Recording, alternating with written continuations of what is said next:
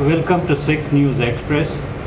In the program, the right angle, we have with us Mr. Vineet Joshi, Secretary of BJP Punjab Unit and also Assistant Media Advisor of Punjab Government. Sir, can you tell us what is the present condition as far as politics is concerned in Punjab? This is an election year, and in almost say 100 days election will be notified.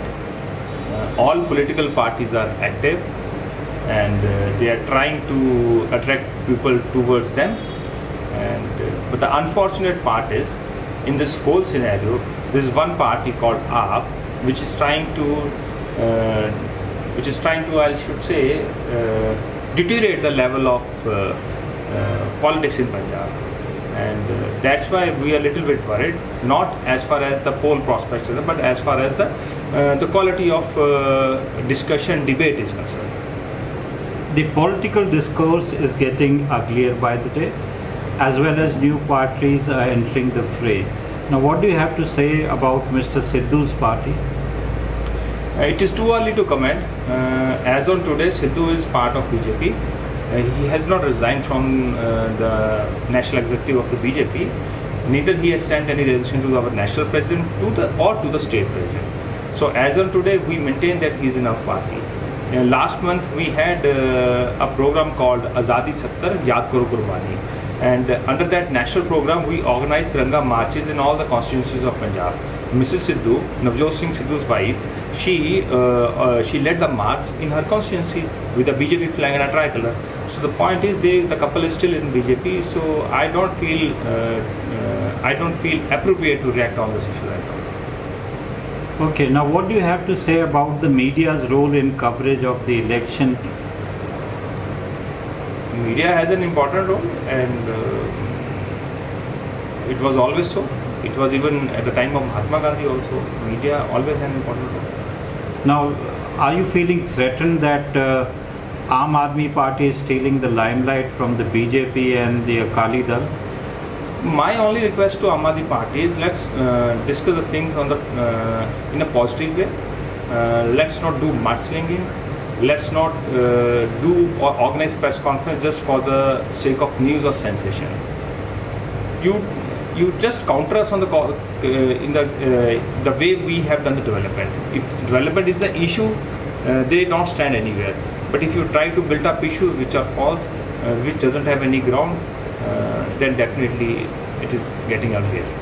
The government has often been blamed for the drug menace in Punjab. Now, what do you have to say about that? Is it a reality or it's just a false propaganda? It's a propaganda, and for which majorly we hold Congress responsible. It was initiated by Rahul Gandhi almost 6 years back in a youth rally at Chandigarh. He misquoted Guru Nanak Dev University study, in which he said that according to GNDU study, 70% people of Punjab are drug addicts. Whereas the study said that the sample which number of people surveyed by us, out of which 70% are youth. So drug addicts, out of drug, 70% are youth. He said 70% people of Punjab are drug addicts. And from there it started, and it just kept on increasing day by day by day by. Then after Rahul Gandhi, Mr. Captain Amrinder took it over. He started blaming the government. He started blaming the ruling party for the drug menace in Punjab, followed by Aam Aadmi Party. And then Arvind Kejriwal and Bhagwant Mann. Now my only question to these people is, if 70% people of Punjab are drug addict, okay, then the 70% members of Aam Aadmi Party and Congress should also be drug addict, because they are from Punjab. They are not from Mars. They are from Punjab. So if their members are not drug addict, if 70% of the members of Congress and AAP are not drug addict, then believe the drug menace is not as grave as is projected by these opposition party for the sake of force. Okay, now what do you have to say about agriculture sector and industrial sector, which in the last 10 years has further dipped? As far as agriculture is concerned, the issue of MSP and the issue of profit, and these issues are national issues, and these need to be addressed pan-India. and we need to change the policies. Though our national government is working in this direction, Mr. Modi has dedicated the largest ever amount for the agriculture since independence in our budget.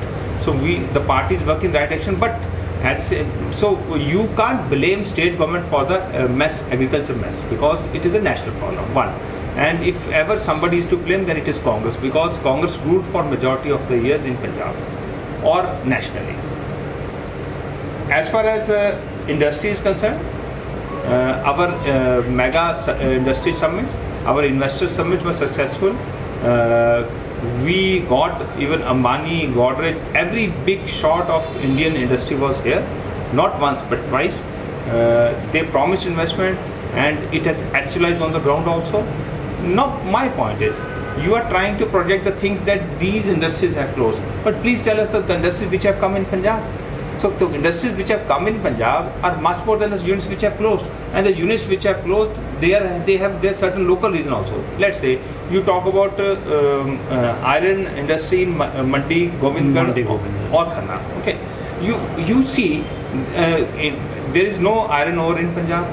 There is no raw material for iron in Punjab. It comes and there is transportation cost. The companies which are at the head of the raw material, their cost of production much lower than these people. So it's more of a realistic thing. Well, you can't accuse state government for it, because the things have changed.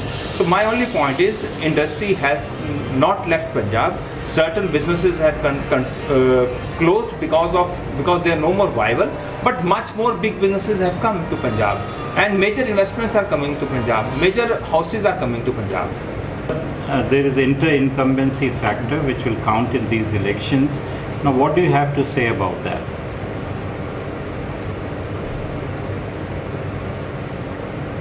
As far as ruling alliance is concerned, we are pretty sure that we will repeat. You can't satisfy everybody, but more or less we have dedicated the last 9.5 years for the development of Punjab. You see the infrastructure, it has developed. You see the power sector, it has developed. You see as far as sewerage, water supply, almost it has crossed 90%. As far as villages are concerned, if you visit those villages, then just talk to them. What was the state 9 years back and what is the state now?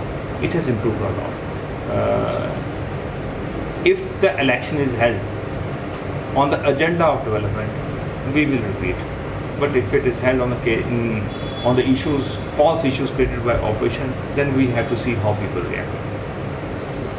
Now, there would be several factors which would be important in these elections.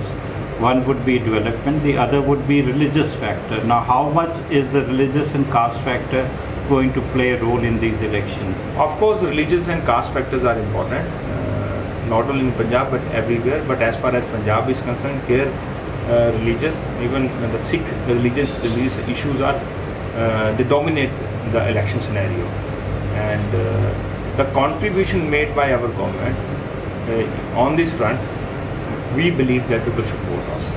Whether it is Virasat-e-Khalsa, Chappar Chedi, you name, we have done for the Sikh heritage to retain all those religious places. Even we are trying to revive the Guru Gobind Singh mark also, and if we are able to do so, it will be a historic thing. Okay. Now, when we talk about the media in Punjab, media has been on the decline and some media houses have closed down. What is the government's take on that? You see, the houses, all media houses are owned by private people, and they are private commercial ventures, and they are not social or NGOs. So the organizations which are not commercially viable, they close, and the reasons are also commercial. And I think any organization, before initiating their business, they should take into consideration the commercial scenario of the market. And what is BJP's take on supporting the media? We are always for media, we always support media, but there is a limit. We can't serve the business interests of the media, but definitely we can ensure a fair play. Okay, thank you very much for talking to us. Thanks.